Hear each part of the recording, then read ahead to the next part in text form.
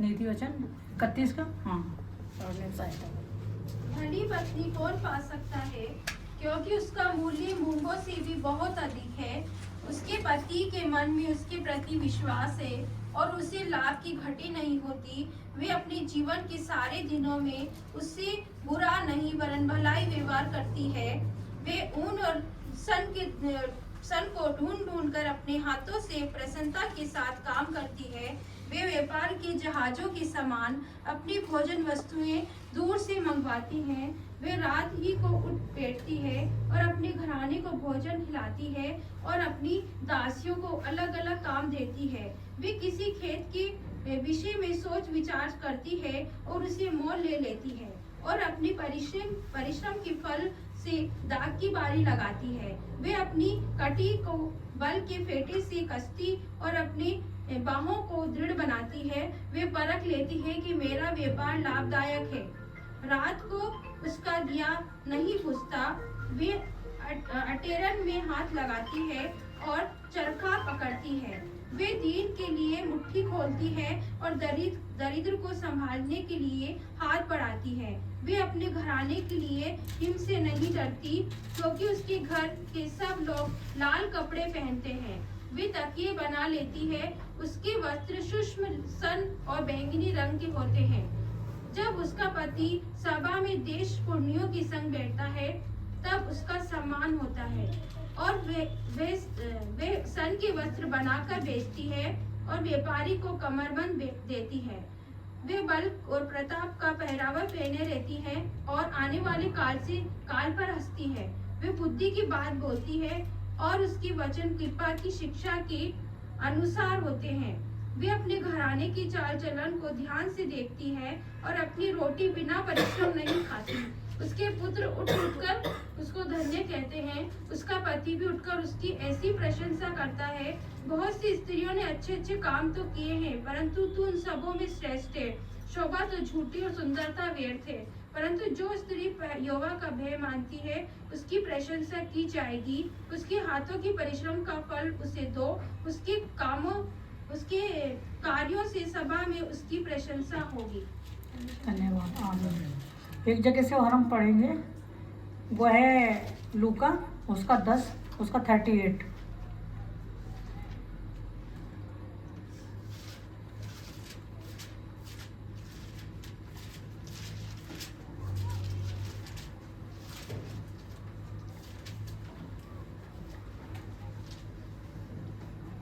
जब वे जा रहे थे तो वे एक गांव में गया और मार्था नामक एक स्त्री ने उसे अपने घर में उतारा। मरियम नामक उसकी एक बहन थी। वे प्रभु के चरणों में बैठकर उसका वचन सुनती थी। परंतु मार्था सेवा करते करते घबरा गई और उसके पास आकर कहने लगी, हे प्रभु, क्या तुझे कुछ भी चिंता नहीं कि मेरी बहन ने मुझे सेवा के लिए अकेली ही छोड़ दिया है? इसलिए उसे कहे कि मेरी सहायता करे। प्रभु ने उसे उत्तर दिया, मार्था, हे मार्था, तू बहुत बातों के लिए चिंता करती है और घबराती है, परंतु एक बात अवश्य है और उस उत्तम भाग को मरियम ने चुन लिया है, जो उससे छीना न जाएगा। आमीन। अब हमने 2 जगह से पढ़ा यहाँ पे, एक नीति वचन और एक लूका से, है ना। तो हमें नीति वचन से ही सीखने को मिलता है, इस वचन से एक स्त्री के बारे में, क्योंकि आज वुमेन डे मना रहे हैं, तो हम एक स्त्री के ही बारे में इस वचन को लेंगे। तो इसमें यही बताया गया है कि हम एक स्त्री को कितना सम्मान दिया गया है। परमेश्वर ने कितना उसे सम्मान दिया। परमेश्वर ने एक स्त्री को उसी समय वचन, ये जो जीवित वचन है, उसमें उनका नाम लिख दिया गया है, क्योंकि परमेश्वर ने आदम बनाया, यहोवा बनाई, है ना। यहोवा बनाई एक स्त्री थी, लेकिन उसके ऊपर वो जिम्मेवारियां भी दी परमेश्वर ने, सारी की सारी उसको, है ना, सारी जिम्मेवारी निभाने के लिए। कितनी जिम्मेवारियां अपन देख रहे हैं इसके अंदर, वो स्त्री ने निभाई अपनी पूरी, है ना। हर कार्य को उसने किया, किस लिए किया? अपनी जिम्मेदारी समझ के किया। हर तरह से व्यापार भी किया उसने, है ना। अब आज के लोग नौकरी कर रहे हैं, ये नहीं है, उस समय से ही चला आ रहा है। उस समय में देखो उस औरत ने कितने काम किए, है ना। उस समय से कई लोग कहते हैं कि अभी लड़कियां काम करती हैं, अब नहीं करती। उस समय जब परमेश्वर का समय था, तब भी वो काम करते थी, तब भी वो घर का, चाहे वो ऊन कसना हो, चाहे कैसे भी करना हो, किस तरह का व्यापार हो, सब काम करती थी, अपने घर को संभालती थी वो, है ना। तो इस जीवित वचन में परमेश्वर ने बहुत सी स्त्रियों का वर्णन इसमें लिखा है।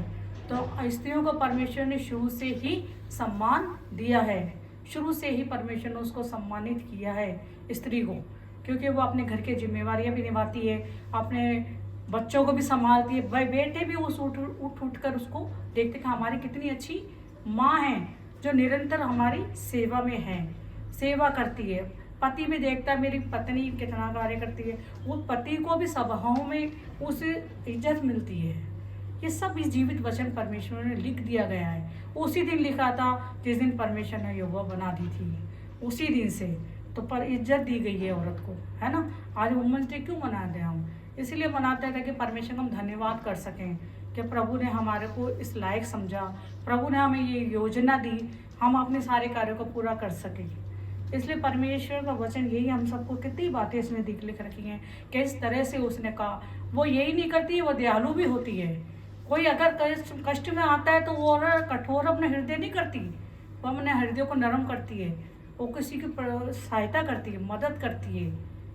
हर तरह से स्त्री के वर्णन इसमें लिखे गए हैं। एक इसी स्त्री के लिए नहीं है, बहुत सी स्त्रियां हैं जो वचन में लिखी गई हैं। एस्तर के लिए लिखा गया है ना। किस तरह से लिखा है? एस्तर ने कभी अपने सास को छोड़ा नहीं, सब उसको छोड़ गए थे लेकिन उसने नहीं छोड़ा कभी, वो हमेशा संग रही, हर समय बनी रही वो, है ना। शादी करने के बाद गई तो वो अपने उस परिवार में ही रही, है ना। पति भी चला गया, सब चला गया उसका, सारा सब कुछ निकल गया था उसका, फिर भी बहुत सी स्त्रियां ऐसी दी गई हैं इसके अंदर, है ना, जो अपने कार्यों को पूरा करती हैं। तो आज हम इसलिए परमेश्वर इकट्ठे हुए यहाँ पे, इसलिए हम इस वचन को पढ़ रहे हैं, इसलिए हम इसमें से कुछ सीख रहे हैं, ताकि परमेश्वर हमें सिखाना चाह रहा है इन वचनों के द्वारा, है ना, कि परमेश्वर किस तरह से हम लोगों को संभालता है, किस तरह से हमारी सहायता मदद करता है। और वो, है ना, और वो आने वाले काल पर भी हंसती है, वो बुद्धि की बातें बोलती है। यानी आने वाला काल, यानी वो बुद्धिमान तो है ही पत्नी, तो आने वाला कोई समय ऐसा होता तो पत्नी क्या होती, पहले ही सचेत हो जाती है कि अब ये दुख मुसीबत हमारे पे आने वाला है या ऐसा कुछ होने वाला है ना। तो पहले ही औरत को बुद्धिमान भी बताया गया है इसके अंदर। बहुत सी स्त्रियां तो अच्छे अच्छे काम को परंतु उन सबों में श्रेष्ठ है। शोभा तो झूठी, सुंदरता व्यर्थ है। शोभा तो झूठी और सुंदरता व्यर्थ है। सुंदरता कहीं अपन आजकल देखते हैं कि कई औरतें ऐसी तो अपने को बहुत सुंदर बना के बहुत पैसा व्यर्थ करती हैं, कितना कितना फैशन करती हैं, सब कुछ करती हैं, लेकिन वो सब व्यर्थ है, वो सब यहीं रह जाएगा, वो कुछ भी साथ नहीं जाएगा, साथ नहीं जाएगा कुछ भी, वो सब व्यर्थ है चीज़ों के लिए। परंतु जो स्त्री यहोवा का भय मानती है वो प्रशंसा की जाएगी। जो स्त्री यहोवा का भय मानेगी ना, वो ही प्रशंसा के योग्य होगी, क्योंकि ये सारे काम तो औरत कर रही है, लेकिन साथ साथ ये नहीं है, परमेश्वर का भय मानना भी बहुत जरूरी है। अगर आप सारे कामों को कर रहे हैं, परमेश्वर का भय नहीं मान रहे, तो आपका जीवन व्यर्थ है, फिर व्यर्थ है। आप अगर संसार में खोए हुए हैं, संसारिक बातों में खोए हुए हैं, संसारिक चीज़ों में खोए हुए हैं, तो आपके लिए कुछ भी नहीं है, फिर आप व्यर्थ है। संसार है ये तो, लेकिन वो ही औरत सही मायने में होगी इस वचन के द्वारा जो परमेश्वर का भय मानेगी और जो परमेश्वर के भय में रहेगी, उसी को परमेश्वर आशीष देगा और उसी को परमेश्वर अपने साथ लेके जाएगा। वरना इस संसार में वो यहीं पे छोड़ देगा, चाहे वो काम भले कितना कर ले, कितने अपने घर को संभाले, लेकिन अगर प्रभु का भय उसके जीवन में नहीं है, परमेश्वर का भय अगर वो नहीं मानती है, तो उसके लिए कुछ भी नहीं है, सब कुछ व्यर्थ है। फिर परमेश्वर का भय मानना हम लोगों को बहुत ज़्यादा जरूरी है। भय मानती है और उसकी प्रशंसा की जाएगी। उसके हाथों के परिश्रम का फल उसे दो और उसके कार्यों के सभा को उसकी प्रशंसा। और जो भी काम वो करेगी उसके हाथों से, उसकी माँ क्या होगी, प्रशंसा होगी, है ना, तारीफ की जाएगी। आज उन औरतों की तारीफ क्यों की गई है? इस वचनों के अंदर एस्तर की सबकी तारीफ क्यों की गई है? उन्होंने भय मान के परमेश्वर का काम किया है, उन्होंने प्रभु से डर के काम किया है, उन्होंने काम किया है, लेकिन पूरे सच्ची ईमानदारी से काम किया है। जब हवा को बनाया था परमेश्वर ने, तभी उस पर वो जिम्मेवारियां आ गई थी। जब उसको बनाया था संसार के लिए, उसने जब कहा तुम जाओ फलो फूलो, तभी से उसके ऊपर वो जिम्मेवारियां आ गई थी। आज अपन कहते हैं कि औरत पे बहुत पहले से जिम्मेवारियां हैं, और ये बहुत बड़ी बात है कि परमेश्वर के वचन में उनका जिक्र है, उनका जिक्र है। और वो जिक्र किनका होगा? जो परमेश्वर को भय मानेंगी, जो परमेश्वर के संग रहेंगी, जो परमेश्वर को देखते हुए अपने घर को चलाएंगी और अपनी सुंदरताओं में नहीं खो जाएंगी। संसार में आजकल क्या क्या नहीं होता, बहुत कुछ होता, अपन सब जानते हैं। कोई ऐसी बात नहीं है जो हमसे छुपी हुई है, लेकिन अपने जीवन को भी अच्छा बना के रखना बहुत जरूरी है। सुंदरता में नहीं खोना है खाली अपने को, संसारिक बातों में नहीं खोना है, गलत राहों पे नहीं चलना है, गलत बातों में नहीं जाना है, उनसे बचना है और अपने बच्चों को भी बचाना है साथ में।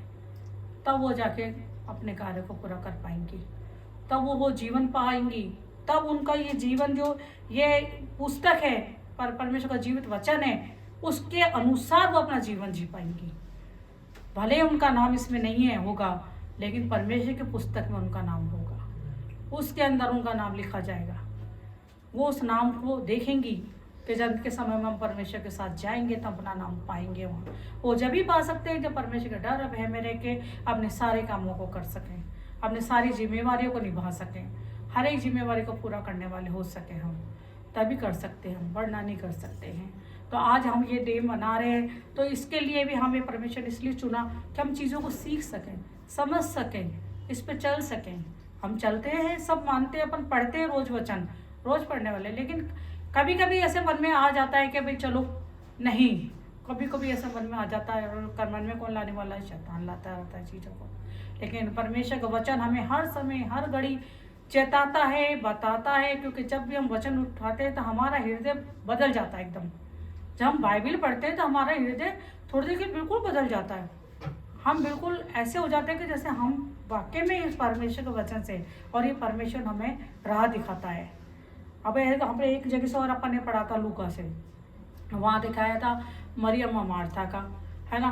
तो कैसे वो तो मरियम तो लेके आई अपनी बहन को, लेकिन वो कह रही है प्रभु मैं क्या करूँ, हैं मैं तो भोजन वस्तु बनाने में ही लगी हुई हूँ, तो इसको बोल के मेरी भी सहायता कर दे। ये तो वचन सुन रही है बैठी हुई आराम से, और मैं रसोई में काम करे जा रही हूँ, खाना बनाए जा रही हूँ। ये तो जरूरी है कि कोई अपने घर आता है, कोई किसी को अपन दास को बुलाते हैं, तो खाना तो बनाते ही हैं, काम तो करते हैं, लेकिन वो सब बाद में, या तो आप पहले कर लो, पहले बना के बैठ जाओ, या फिर ऐसा काम करो कि वो आ जाए और टेबल सजने लगे तब उसके लिए आप जाके बनाओ। लेकिन जब परमेश्वर का वचन बांटा जा रहा है उस समय आपको वहाँ होना जरूरी है, वो समय आपका बहुत जरूरी होता है। क्योंकि जब वचन तो पढ़ रहे हो लेकिन आप तो वो खाना बनाने में लगे हुए हो, वो जाके कि वो आएगा, हम उसकी कैसे खातिरदारी करेंगे, कैसे क्या करेंगे। आप पहले बना लो, पहले बना के बैठो आप आराम से अपने तसल्ली से, बीच बीच में उठ के ना जाओ। तो परमेश्वर का जो वचन वो बोल रहा है वो तो अपने को पता ही नहीं क्या बोले जा रहे हैं, तो वो तो निज भाग वो पा रही है मरियम। उन्हें कहा है मारता तू क्यों चिंता करती है इन चीज़ों की क्यों चिंता करती है? तो चिंता इसलिए कर रही थी कि मैं नहीं हो तो नीच भाग पा रही है मेरी बहन तो है, और मैं खाने में अपना जीवन लगाए जा रही हूँ, काम में थक रही हूँ मैं बुरी तरह से। तो ये वचन ये सिखाता है अपने को कि अपने को परमेश्वर का वचन बैठ के सुनना बहुत ज़रूरी है, बहुत ज़्यादा ज़रूरी है। अगर कोई अपने घर में मेहमान आता है, किसी को हम दास को, प्रभु के दास को बुलाते हैं और वह मीटिंग हो रही होती है, तो पहले अपना सारे काम कर लो, उसके बाद उसमें बैठो। जब वचन शुरू होता है तो उसे खत्म होने के बाद बैठो, पहले लेकिन वचन सुनो, तभी तुम वो दार पाओगी, तभी वो देख सकोगी कि मेहमान आए, उसकी भी खातिर कर सकोगी। नहीं तो अगर खाना ही बनाने में और ऐसे काम करने में लगे रहेंगे अपन, तो अपन वो परमेश्वर का वचन तो भूल जाएंगे, याद ही नहीं रहेगा अपन को कहाँ से क्या पढ़ा था, कहाँ से सुनाया था अपने को, वो चीज़ याद नहीं रहेगी अपने को। तो इसलिए ये वचन दर्शाया गया हमारे को कि हम उसको काम को पूरा करें जो परमेश्वर ने हमको दिया है, जिसमें हम चल सकें परमेश्वर के काम को। अगर नूह जहाज बना रहा था उस समय कितने लोगों को नूह ने बोला कि तुम जहाज में आ जाओ, बारिश आने वाली है, पर किसी ने कहना माना? किसी ने नहीं माना, हटीले हो गए और उस पर हंस रहे थे कि अरे अब तो धूप निकल रही, तू कह रहा बारिश आएगी, बारिश कहाँ से आएगी। लेकिन उसका जो कहना माना, जिसने उसके घराना था, जो उसके जानवर थे, जो थे, उनको उसने सबको अपने जहाज में लिया, और वो क्या हुआ, बच गए। और जो जिन्होंने कहना नहीं माना उनका क्या हुआ, आज अपन सब जानते हैं, वो सब नाश हो गए। सबके सब नाश हो गए, कोई भी नहीं बचा उसमें से। तो कहने का मतलब ये है कि अगर अपन परमेश्वर के वचन को जाएंगे, देखेंगे, उसको महत्व देंगे ना, तब तो अपन बचा लिए जाएंगे। और अपन खाली पढ़ के बाइबिल और ऐसे कि हाँ चलो पढ़ लिया, अब सारा दिन अपना है, अब तो बाइबिल पढ़ ली हमने, ड्यूटी हमारी खत्म होगी परमेश्वर की तरफ से, अब सारा दिन हमारा अपना है। करो, करते लोग संसार में रहते, लेकिन उसके डर और भय से कोई भी काम करो, लेकिन उसका डर और भय हमारे दिल में होना बहुत ज़्यादा जरूरी है। नूह ने भी डर रखा था। नूह तो कहता था अरे मैं क्या बनाऊं, मैंने तो नहीं कबल देखी नहीं, अभी तो धूप निकल रही है, तू क्या बोले जा रहा है परमेश्वर, लोग मेरे पे हंसेंगे, मैं कहाँ से लकड़ी लाऊंगा, कहाँ से काटूंगा, कहाँ से उसको बनाऊंगा, कैसे करूंगा। लेकिन उसने कहा नहीं, तुम जहाज बनाना। और परमेश्वर का जहाज पता है क्या है, प्रभु का भवन है, प्रभु का भवन है परमेश्वर का जहाज।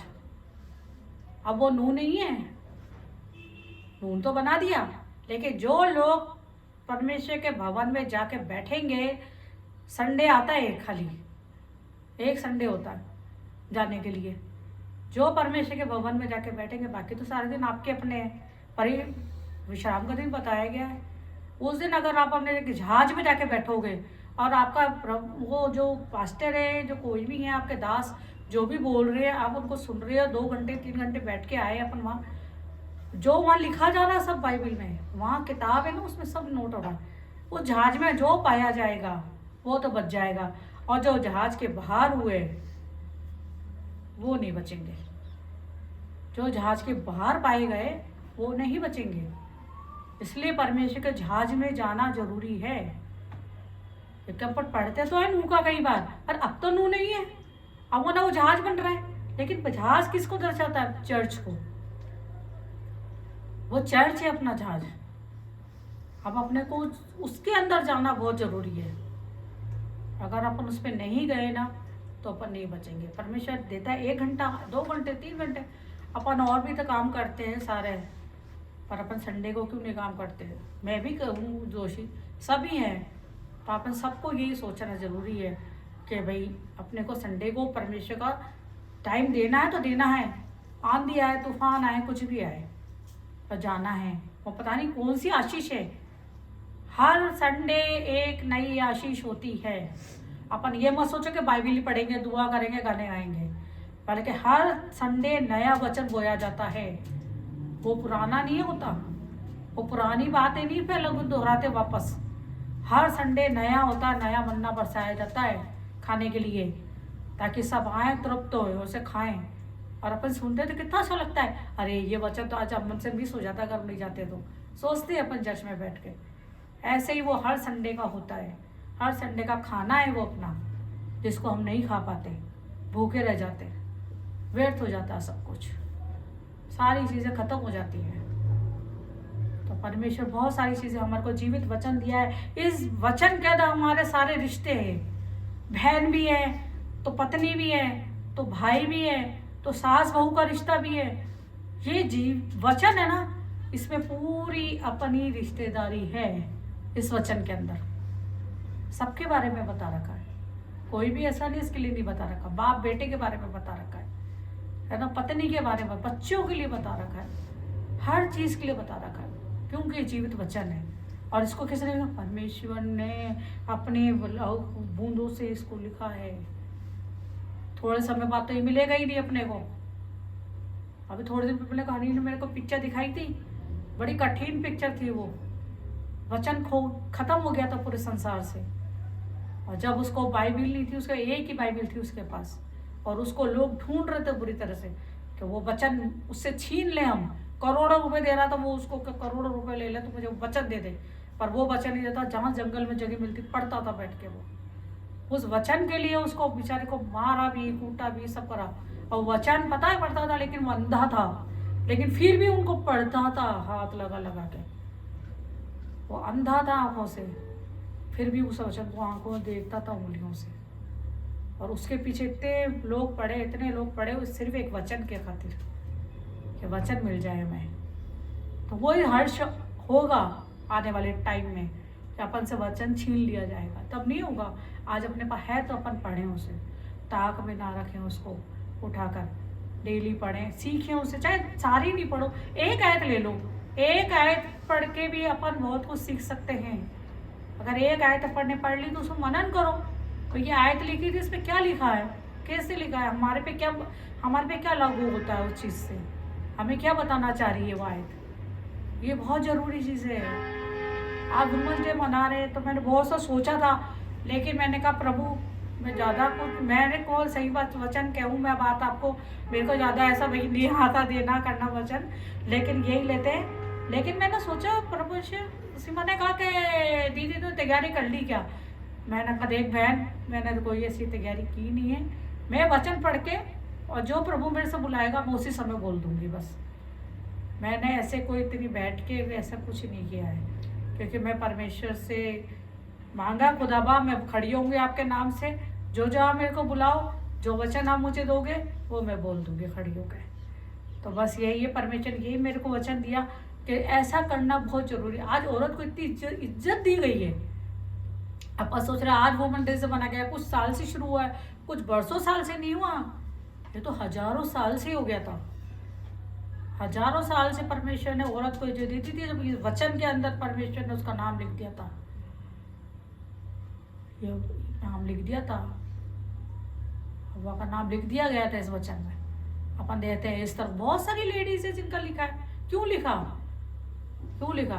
और पापी रिश्ते ने हमने पूरे बहुमूल्य कीमती उसको भा के इत्र को परमेश्वर के पांव पर अपने बालों से किस तरह से उसने धोया परमेश्वर ने। उस औरत ने पापिन थी वो, लेकिन अपने बालों की चिंता, बाल बड़े औरत के लिए इज्जत का काम होते हैं, जो बाल होते हैं अपनी इज्जत है, लेकिन उसने अपने बालों से परमेश्वर के पैरों को छाए इत्र उंडेल के। आज हम क्या कर सकते हैं, आज हम क्या कर सकते हैं परमेश्वर के लिए, क्या कर सकते हैं, कुछ भी नहीं कर सकते हम। आज हम अपना कर सकते हैं कुछ ऐसा कि जिससे परमेश्वर प्रसन्न हो, हमें वो काम करना जिससे प्रभु प्रसन्न हो जाए, परमेश्वर खुश हो। हाँ बेटा, हाँ बेटी, तूने अच्छा कार्य किया है, आज तू मेरे इस योग्य है। हमें बहुत ज़रूरी है, बहुत ज़रूरत है हमें, क्योंकि शैतान तो अपना काम कर रहा है चारों तरफ, हर घड़ी और समय। अपन अभी दुआ करके देंगे बाहर देखो वो खड़ा मिल जाएगा अपने को किसी न किसी रूप के अंदर, कुछ ना कुछ अपने मन से करवाना, कुछ न कुछ बहकाना, कुछ न कुछ करना। इंसान है, अपन हो जाता है, लेकिन परमेश्वर का पहरा बांधना बहुत ज़रूरी है, बहुत ज़रूरी है पहरा बांधना परमेश्वर का। परमेश्वर ने कितनी योजनाएं बता दी इस वचन, नीति वचन के अंदर। औरत की बताओ क्या क्या नहीं किया उसने, कैसे कैसे अपने काम को नहीं करा, कैसे कैसे व्यापार को बढ़ाया उसने अपने, कैसे कैसे उसने जहाज़ों पे चढ़ाने की कोशिश करी। ऊन काट ने, ये ऊन का जो लिखा हुआ है ना इसमें, ये बड़ा मुश्किल काम है। मैं बहुत छोटी सी थी ना तब मैंने देखा था ये ऊन काटने का काम बहुत मुश्किल होता है, बैठे रहना पड़ता है घंटों ही बैठ के करना पड़ता है इसको, तब जाके कहीं इतना सा होता है। तो बहुत मेहनत का काम था, लेकिन वो करती थी, अपने परिवार के लिए करती थी, अपने घर के लिए करती थी, और जो लोग आते थे उनके लिए भी करती थी। वो अपने परिवार को संभाला, बच्चों को संभाला, पति को संभाला, सबको संभाल के रखा उसने, उस योग्य बनाया। बच्चे भी उठ के देखते थे, अरे हमारी माँ, क्योंकि उन्होंने देखा हमारी माँ कैसी मेहनत कर रही है, उन्होंने देखा हमारी माँ किस तरह से कठिनाइयों से निकल के आई है, कैसे कठिन श्रमों से निकल के आई है हमारी माँ। तो बच्चे भी उसका आदर सम्मान करते थे, पति भी करता था, पति भी देखता था। वचन में लिखा है भली पत्नी मूंगों से भी अधिक है। क्यों लिखा ये वचन, क्यों लिख दिया? मूंगों से अधिक बहुत बड़ा बात होती है पत्नी के लिए, इसलिए होती है क्योंकि वो वाक्य में इस योग्य है वो, तो उसको मूंगों से भी अधिक कहा जाए। परमेश्वर ने सोचा ऐसी बातें, किसी इंसान ने नहीं सोची। इंसान तो तारीफ कर देता मुंह पे, थोड़ी देर के लिए कर देगा, थोड़ी सी देर के लिए कर देगा अपनी तारीफ, लेकिन परमेश्वर, जीवित परमेश्वर ने करी है तारीफ। ये मूंगों से भी अधिक बताया पत्नी को, मूंगों से अधिक बहुत होता है, बहुत बड़ी बात है, बड़ा कीमती चीज़ है वो। इसलिए अपन को यही सोचना है, परमेश्वर ने आज वचन दिया मैं तो सोच रही हूँ पता नहीं कैसे दिया है, पता नहीं, लेकिन परमेश्वर ने इतना मेरी अगुवाई करी है कि प्रभु को मैं कहती हूँ परमेश्वर इतना आपने हमें सम्मान दे दिया। मैं खुद सोच रही हूँ आपने, मैंने पढ़ा मैं, आपने मेरे को हमें इतना सम्मान पहले ही दे दिया था। अपन तो सोचते हैं आजकल ये परसों अपने को कहा गया है, तो पहले ही दे दिया परमेश्वर ने, पहले ही दे दिया था, इस योग्य कर दिया था। तो आज ये खुशी मना रहे हैं, ये कोई ज़्यादा हो रही नहीं, लेकिन अपने लिए सम्मान के योग्य है कि हम आज ये दिन मना रहे हैं। आज हम सबको इकट्ठा करते कि भाई वुमेंस डे मनाया जाए, वुमेंस डे औरतों को सम्मान दिया जाए, उनके बारे में उनको देखा जाए, खुश रहें, है ना। लेकिन प्रभु ने तो अपने वचन में 5 साल पहले ही दे दिया अपने को, बहुत कीमती बना दिया परमेश्वर हमें, बहुत जरूरी। एस्तर ने बिल्कुल नहीं डरी, एस्तर डटी नहीं, वो एकदम अपने मुकाम के ऊपर कभी नहीं हटी, कभी उसने नहीं सोचा कि मैं हट जाऊं। लोगों ने बहुत भड़काया उसे, बहुत कहा, उसके भाई भाभी छोड़ के चले गए जाओ, तो सब छोड़ के चले गए जाओ, मैं नहीं जाऊंगी, मैं नहीं जाऊंगी। वो बंदी डटी रही। आज ये वचन मैं दे रही हूँ, वाकई में ये मैं भी है ना, जब कोई दास अपने घर आता है तो कभी भी किसी दास को खाली हाथ नहीं भेजना चाहिए। चाहे आपके पास कुछ नहीं है, आप कुछ भी रख दो उसके हाथ में, कुछ भी, चाहे आप सोना चांदी मत दो, आप 500 रुपये मत दो, आप कुछ मत दो, लेकिन आप छोटी से छोटी चीज भी उसके हथेली पे रख दोगे तो बहुत है उसके लिए। ये सब मैंने अपनी सास से सीखा है। हमारे घर में कोई आता था खाली हाथ नहीं जान देती थी मम्मी, और वही चीज मैंने सीखी उनसे, और वाकई में बहुत बड़ी बात है ये, यकीन नहीं करोगे, बहुत बड़ी बात है। कोई भी आता था तो मम्मी कहती थी बेटा मेरे टाइम में ये पास्टर आते थे, तब तो 4 आने 10 पैसे ऐसे चलते थे उस समय के बातें, तो वही पास्टर आते तो उनको देती थी वो। उन्होंने हमें सिखाया ये चीज, कभी कोई प्रभु का दास आए खाली हाथ ना जाए, जो भी आपके पास से दे दो बेटा, दे और खिला के भेजो। आज मैं सोच रहा, मैं इतने कोई भी अचानक आता था ना, मैं थकती नहीं थी उनका खाना बनाते हुए। मम्मी इतना कहती थी बेटा ये लोग आए खाना खा के ही जाएंगे यहाँ से आज, चाहे दाल चावल ही बनाओ और खा के जाएंगे।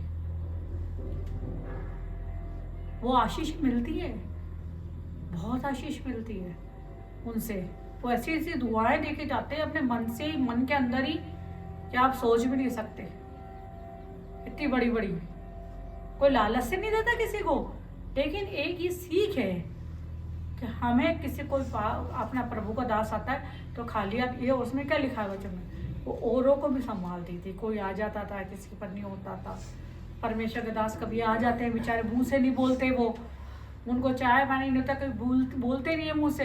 उदयपुर के पास्टर आते थे मेरे घर, कभी नहीं कहा उन्होंने सिस्टर खाना बनाना, मुझे पता लग जाता था। मेरे को प्रभु ने एक आत्मा ऐसी दे रखी है अंदर कि कोई अगर बिना खाए मेरे घर में पास्टर आ गया, मेरे को मालूम चल जाता था कि इसने कुछ नहीं खा रखा।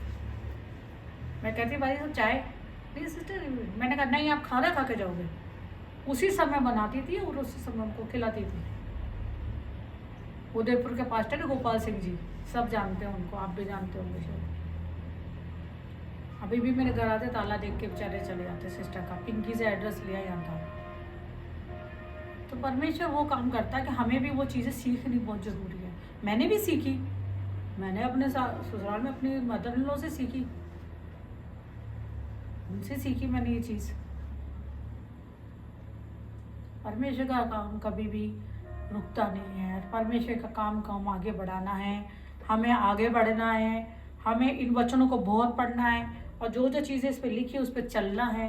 कोशिश करो कि हम चल सके। मैं भी कोशिश करूँगी, मैं कोई वो नहीं हूँ खड़े होकर बोल रही हूँ, मेरे को भी कोशिश करनी है, मुझे भी आगे बढ़ना है, मुझे भी सीखना है बहुत सारी चीज़ें, क्योंकि प्रभु के वचन से ही हम आगे बढ़ सकते हैं और किसी चीज़ से नहीं बढ़ सकते हम। ये जीवित वचन है, जीवित वचन है। मैंने सोचा प्रभु तूने इतना कर दिया। मैं भी हमेशा हल्का लेती थी, मतलब भाई आज वो है वुमेंस डे, परमेश्वर ने इतनी बातें लिख दी अपने लिए, इतना सब कुछ पढ़ती हमेशा वचन पढ़ा है भाई, इतना इतना कीमती दे दिया प्रभु ने हमें, हमारे को इतनी दे दी, इतनी इज्जत दी है प्रभु ने औरतों को। ये वचन तो झूठा, किताब झूठी हो सकती है, कोई मोबाइल झूठा हो सकता है, कोई वो हो सकता है भी किसी ने डाल दिया होगा, ये तो जीवित वचन है परमेश्वर का। बाइबल में लिखा है, किसी किताब में नहीं लिखा हुआ, बाइबल के अंदर लिख रखा है इसको। बहुत बड़ी बात है ये, इसलिए मैं यही चाहती हूँ कि अभी आप लोग सब है ना परमेश्वर का इन वचनों को पढ़ें, इन पे चले, मैं भी चलूँगी, आप सब है ना क्या बोलते हैं इनको सीखें चीज़ों को। और आज का वुमेंस डे है, बहुत अच्छा बने, और जो भी सोचा है, जो योजनाएं बनाई हैं, परमेश्वर अच्छा करे सब कुछ। और मैं थैंक्स कहना चाहूँगी अर्पित का, शेफाली का, कि जिन्होंने ऐसी योजनाएं बनाई, जिन्होंने सोचा कि हाँ आज वुमेंस डे की प्रार्थना की जाए, ऐसा वचन दिया जाए, बोला जाए, और उन्होंने सब कुछ सोचा है। परमेश्वर को बहुत आशीषित करे, और जो भी इनकी योजनाएं हैं, जो इन्होंने सोचा है, पर दुआ करते हो दिल से कि परमेश्वर का भरपूरी से इनकी सारी दुआएं सुन ले, और जो बेंच जो है इन पे बहुत सी भीड़ देखने पाए हम, बहुत से लोग आने पाए, बहुत से लोग वो भूख और प्यास लेके आए जो वचन की है, और इसको कोई सीखने पाए, यहाँ खड़े होके पिता परमेश्वर हर एक लोग बोलने पाए, और वो लोग आ जाएं खुदा। ऐसी आपसे दुआ करती हूँ, प्रार्थना करती हूँ, यीशु मसीह के नाम से मांगती हूँ, आमीन।